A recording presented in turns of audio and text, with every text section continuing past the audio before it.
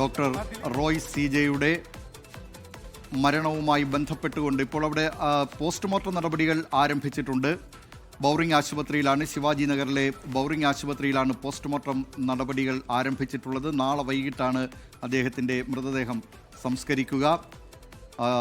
ബെന്നാർഘട്ടയിലാണ് സംസ്കാരം എന്ന കാര്യവും ഇപ്പോൾ തീരുമാനമായിട്ടുണ്ട്. ശ്രീനാഥ് ചന്ദ്രൻ തുടരുന്നുണ്ട്. ശ്രീനാഥ് ചന്ദ്രൻ, ടി എ ജോസഫുമായി സംസാരിക്കാൻ, കോൺഫറൻസ് ഗ്രൂപ്പിൻ്റെ MDയുമായി സംസാരിക്കാൻ ശ്രീനാഥിന് കഴിഞ്ഞിട്ടുണ്ടോ? മറ്റ് ജീവനക്കാരുമായി സംസാരിക്കാൻ കഴിഞ്ഞിട്ടുണ്ടോ? എന്തൊക്കെയാണ് അവരിൽ നിന്ന് ലഭിക്കുന്ന വിവരങ്ങൾ? ശ്രീനാഥ്.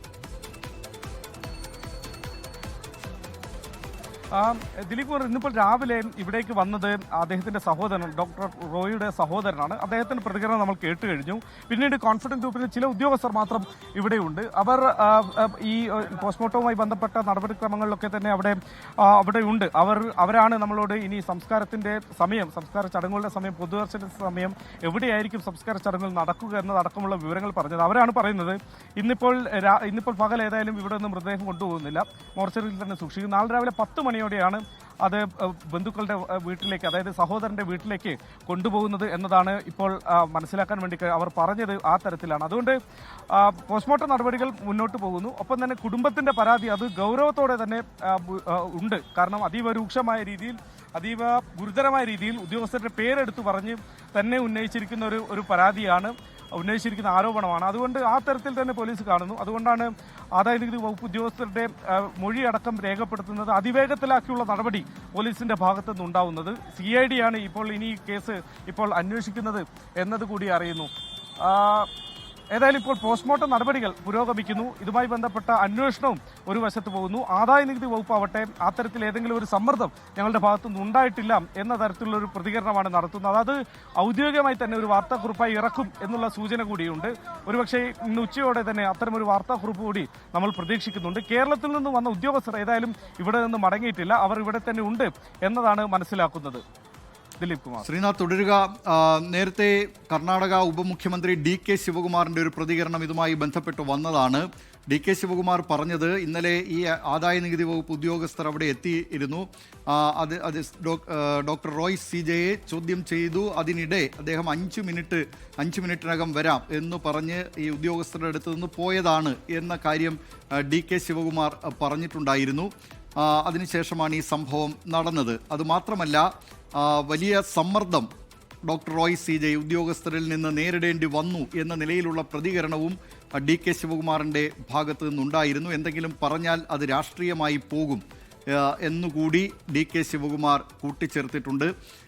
ഏതായാലും ഇതൊരു രാഷ്ട്രീയ വിവാദം കൂടിയായി മാറുകയാണ്. ഈ ആദായനികുതി വകുപ്പ് ഉദ്യോഗസ്ഥരുടെ ഏതെങ്കിലും തരത്തിലുള്ള സമ്മർദ്ദത്തെ തുടർന്നാണോ ഡോക്ടർ റോയ് CJ മരിച്ചത്, സ്വയം വെടിവെച്ച് മരിച്ചത് എന്ന കാര്യത്തിൽ ഇനിയും സ്ഥിരീകരണം വന്നിട്ടില്ല. ഏതായാലും അക്കാര്യത്തിലൊക്കെ ഇനി തുടർന്നുള്ള മിനിറ്റുകളിലായിരിക്കും കൂടുതൽ വിവരങ്ങൾ വരിക. കർണാടക പോലീസ് ഇക്കാര്യത്തിൽ അന്വേഷണം ആരംഭിച്ചിട്ടുണ്ട്. ആദായനികുതി വകുപ്പും ഇത് സംബന്ധിച്ച് അന്വേഷണം തുടങ്ങിയിട്ടുണ്ട് എന്നാണ് ലഭ്യമാകുന്ന സൂചനകൾ. കർണാടക പോലീസ് ആകട്ടെ പ്രത്യേക സംഘത്തെ തന്നെ ഇതുമായി ബന്ധപ്പെട്ട് അന്വേഷണത്തിന് നിയോഗിച്ചിരിക്കുകയാണ്. ശ്രീനാഥ് ചന്ദ്രൻ തുടരുന്നുണ്ട്. ശ്രീനാഥ് ചന്ദ്രൻ, ഇന്നലെ അവിടെ ഈ കോൺഫിഡൻസ് ഗ്രൂപ്പിൻ്റെ ബംഗളൂരുവിലെ ആസ്ഥാനത്ത് എന്തൊക്കെയാണ് നടന്നത് എന്നത് സംബന്ധിച്ച കൂടുതൽ വിവരങ്ങൾ ലഭ്യമായിട്ടുണ്ടോ?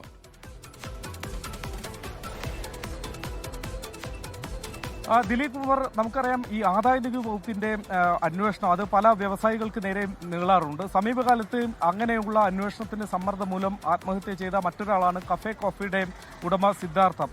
അതിനുശേഷം ഈ സമാനമായ രീതിയിൽ സംഭവിക്കുന്ന ഇത് ഒരു ആത്മഹത്യയാണ് എന്ന് സ്ഥിരീകരിക്കപ്പെടുകയാണെങ്കിൽ, അത് പൂർണ്ണ അർത്ഥത്തിൽ തെളിവ് സഹിതം സ്ഥിരീകരിക്കപ്പെടുകയാണെങ്കിൽ അത് സമീപകാലത്തുണ്ടാകുന്ന രണ്ടാമത്തെ സമാനമായ ഒരു സംഭവമായി മാറുകയാണ്. അതുകൊണ്ട് ആദായനികുതി വകുപ്പിന്റെ സമ്മർദ്ദം എന്നുള്ള രീതിയിൽ തന്നെയാണ് സംസ്ഥാന സർക്കാർ ഇതിനെ തുടക്കത്തിൽ നോക്കിക്കാണുന്നത്. കേന്ദ്ര ഏജൻസികളുമായുള്ള ഒരു കൊമ്പുകോർക്കൽ കർണാടക സർക്കാർ നേരത്തെ തന്നെ നടക്കുന്നുണ്ട്. ED അടക്കമുള്ള ഏജൻസികൾക്കെതിരെ സംസ്ഥാന സർക്കാർ, കർണാടകയിലെ കോൺഗ്രസ് സർക്കാർ നിലപാടെടുത്തത് നമുക്കറിയാവുന്നതാണ്. അതുകൊണ്ട് സംസ്ഥാന സർക്കാർ ആദായ നികുതി വകുപ്പിന്റെ സമ്മർദ്ദം എന്ന രീതിയിൽ തന്നെ പ്രാഥമികമായ അനുമാനം നടത്തുന്നു. ഏതായാലും ഒരു ജഡ്ജ്മെന്റിലേക്കൊന്നും തന്നെ ഈ ഘട്ടത്തിൽ അവർ പോകുന്നില്ല. അത് അന്വേഷണത്തിന്റെ ഭാഗമായി മുന്നോട്ട് പോകട്ടെ എന്നതാണ് അവർ പറയുന്നത്. DK ശിവകുമാറിന്റെ പരാമർശത്തിൽ നിന്നും ഇപ്പോൾ നമ്മുടെ കൈവശമുള്ള 5 പേജുള്ള പരാതി പരിശോധിക്കുമ്പോഴും നമുക്ക് ഈ സംഭവങ്ങളുടെ ഒരു സമയക്രമത്തിൽ ഏതാണ്ട് ഒരു വ്യക്തത ഇപ്പോൾ കിട്ടുന്നുണ്ട്. കഴിഞ്ഞ 3 ദിവസത്തോളമായി കർണാടകയിലെ ബംഗളൂരുവിലെ കോൺഫിഡന്റ് ഗ്രൂപ്പിന്റെ റിച്ച്മൗണ്ട് സർക്കിളിലുള്ള ഓഫീസിൽ ഈ ഇൻകം ടാക്സ് ഡിപ്പാർട്ട്മെന്റിന്റെ പരിശോധന നടക്കുന്നുണ്ട്. അവിടെ ആ പരിശോധനയുടെ ഭാഗമായി ഇന്നലെയും അന്വേഷണ ഉദ്യോഗസ്ഥരെത്തി.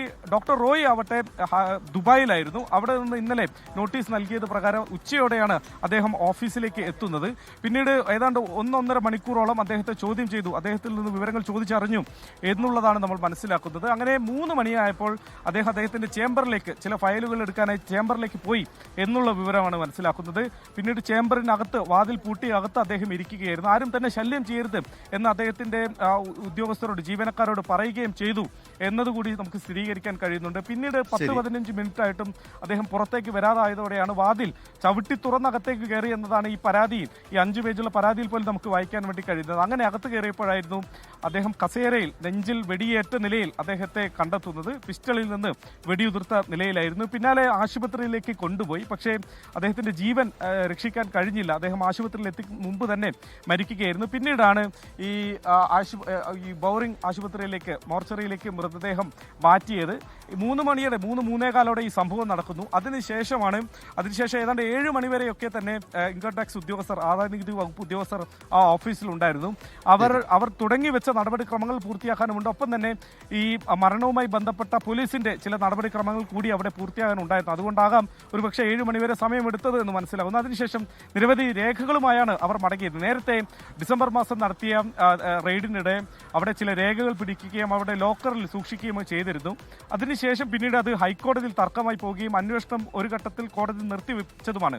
പിന്നീട് ആ സ്റ്റേ വെക്കേറ്റ് ചെയ്തതിനു ശേഷമാണ് ആദായ നികുതി വകുപ്പ് ഉദ്യോഗസ്ഥർ കഴിഞ്ഞ 3 ദിവസമായി അവിടെ പരിശോധന നടത്തുന്നത്. അങ്ങനെ അവിടെ നിന്ന് ശേഖരിച്ച രേഖകളുമായാണ് ഇന്നലെ അവർ മടങ്ങിയത്.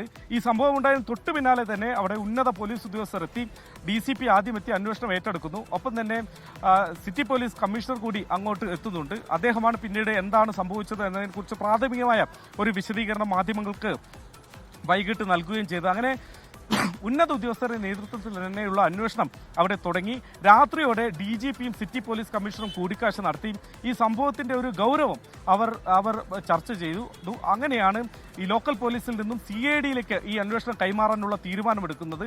അങ്ങനെ CID മരണവുമായി ബന്ധപ്പെട്ട് കർണാടക CID അന്വേഷണം ആരംഭിച്ചിരിക്കുകയാണ്. മൃതദേഹം പോസ്റ്റ്മോർട്ടം നടപടികൾ ആരംഭിച്ചിട്ടുണ്ട്. ബൗറിംഗ് ആശുപത്രിയിലാണ് പോസ്റ്റ്മോർട്ടം നടപടികൾ ഇപ്പോൾ ആരംഭിച്ചിട്ടുള്ളത്. വിവരങ്ങൾ നൽകിയത് ബംഗളൂരുവിൽ നിന്ന് ശ്രീനാഥ് ചന്ദ്രൻ. ലോകത്തെവിടെയായാലും ഏത് സമയത്തും 24 വാർത്തകളും ഓഗ്മെന്റഡ് റിയാലിറ്റി പാക്കേജുകളും എക്സ്പ്ലെയിനറുകളും വിശദമായി കാണാൻ ഞങ്ങളുടെ YouTube ചാനൽ നിങ്ങൾക്ക് സബ്സ്ക്രൈബ് ചെയ്യാം.